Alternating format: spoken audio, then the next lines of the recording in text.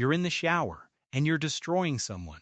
There's no one there. But in your head, you are tearing them apart: your boss, an ex, a stranger from an argument that ended hours ago.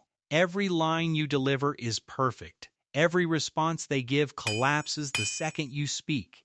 You say the exact thing you failed to say when it counted, and they have no answer. In here, you never lose. Almost everyone does this. Few people ever ask what it is. Your brain stages these confrontations constantly, almost always when you're alone and calm, and it lets you win every single time. But there's a problem buried in that victory, and once you see it, the shower argument stops looking like a fantasy and starts looking like something your brain is doing to you for a reason that goes back hundreds of thousands of years. Start with the part nobody admits. You win in the shower because you right both sides. In a real argument, you control one person. The other one is unpredictable. They have their own replies, their own angles, their own ways of turning your words back on you. In the shower, there is only one author, and it's you. You write your own lines, and you write theirs. You give yourself the sharp ones and hand your opponent weak, fumbling answers that fall apart on cue. It isn't a debate. It's a performance with one writer, and the writer has already decided who wins. So the victory is fake. That makes the real question sharper. If some part of you knows the fight isn't real, why does your brain keep staging it? Why would evolution build a mind that runs imaginary confrontations it has already chosen to win? The answer starts with what your brain does when it appears to be doing nothing. Scientists used to assume that an unfocused brain was a quiet one. In 2001, the researcher Marcus Raichle showed the opposite.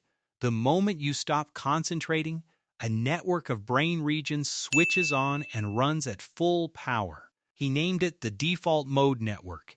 It activates in the shower, on a walk, lying in bed, anytime your attention isn't locked on a task. And a large part of what it does is simulate other people. This is the machine behind the shower argument.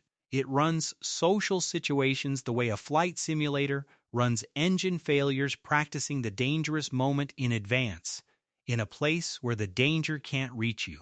Your brain rehearses confrontations and rejections before they happen, so that if they happen, you're ready. The shower argument is not a glitch, it's a drill. And the reason your brain drills this hard comes from a world where the stakes were real. For an ancient human, being cast out of the group was a death sentence. You could not survive alone. That made every social encounter a matter of survival. Offending the wrong person, losing standing in front of the group, freezing when you were challenged, these could end you. The humans who lived were the ones whose brains prepared obsessively for those moments, running the scenarios over and over before they arrived. That system is still installed. It still runs its drills. It's rehearsing you for a fight to the death with the tribe. Except now, the tribe is a coworker, and the fight will never come. Which leaves the question that should have been nagging at you since the start. If you're this sharp in the shower, why does your mind go blank in the actual moment? Why does the perfect line always arrive an hour too late? In a tense conversation, your brain treats the confrontation as a threat. An old, fast part of you registers danger and floods your system to deal with it. Your heart rate climbs, your focus narrows, stress chemistry pours in, and your attention collapses onto one question: am I safe? That response actively shuts down the slower, more sophisticated machinery that produces clever, well-built thoughts. At the exact moment you need to be at your sharpest, the part of your brain that could be sharp has been pushed offline by the part of your brain that thinks you might die. The comeback exists. It can't get out. Something older and more frightened is standing in the doorway. Then the conversation ends. You leave. You get in the shower. The threat is gone, the chemistry drains, and the sophisticated machinery comes back online, and now, with nothing to fear, it hands you the line you needed 20 minutes ago. You were never too slow. You were too threatened to reach the part of yourself that already had the answer. So the shower genius and the real-world freeze are the same person. One is what you are when you feel safe. The other is what's left when an ancient alarm decides you're in danger and takes your best thinking away to keep you alive. But look again at the drill itself, because it tells you something colder. It never gives your opponent a real chance. It never lets you lose. A system built to prepare you should run the hard versions, the times you get cornered, the times you have no answer.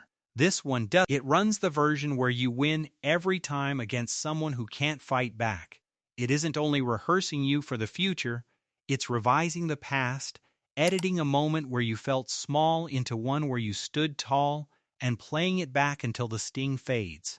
And almost none of it will ever touch the real world.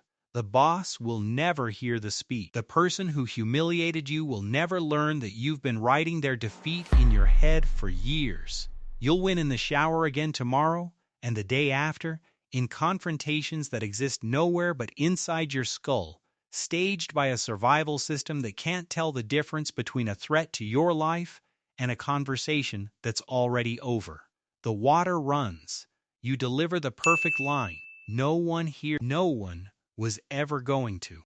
And some part of you, hundreds of thousands of years old, files the victory away as though it mattered, and quietly begins preparing for the next fight that will never come.